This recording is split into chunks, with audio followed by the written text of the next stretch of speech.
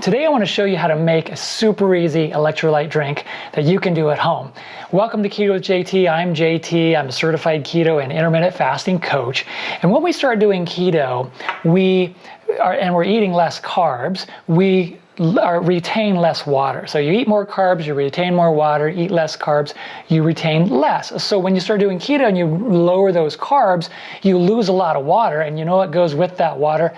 Electrolytes. Then we start to feel some symptoms that are flu-like symptoms, right? Achiness and fatigue and things like that. This is known as the keto flu. It's very common, but it's also very easy to avoid. This is one thing that I did not know when I first started keto. I thought I had to just push my way through it. So you can if you add electrolytes, you can avoid that keto flu altogether. So you can either buy a good, electrolyte drink mix, but you got to be really careful because most of them have a lot of sugar. But there are some good ones out there that you could consider that are sugar, that have no sugar, and you can do that. But what if you don't want to buy one? I want to show you a really easy way to make your own.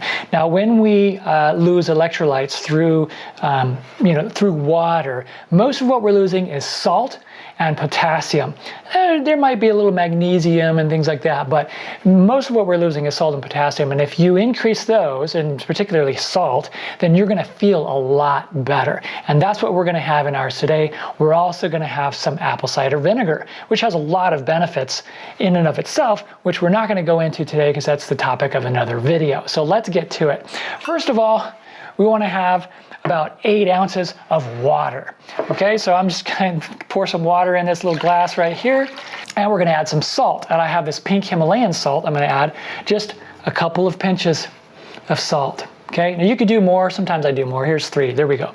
Then I'm going to add a little bit of this stuff right here. It's called no salt. What is that? Well, if you look on the back, what you'll find is what this is comprised of is potassium. So that's where our potassium is going to come from. I'm just going to sprinkle a little bit of that in there. Not too much. You don't really need a whole lot.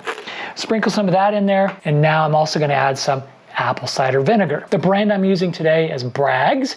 You want to look for organic and one that contains the mother, okay? So in any brand that's organic and it contains the mother, that's going to be just fine. So I'm just going to pour some in there, but if you're interested in the exact measurements, about a tablespoon or 2, okay? So we'll pour some of this in there. And then I have a straw. I'm going to mix this up with a straw. Since we're drinking apple cider vinegar with this, it's good to use a straw anyways because it's very acidic and you don't want to get that on your teeth. So I'm mixing it up. Now this is our electrolyte drink.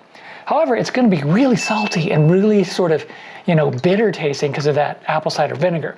So I'm going to add a little bit of sweetener. I like stevia. I know not everyone does, but I do, and I'm going to use that today. If you don't like stevia, you can add a little bit of monk fruit instead.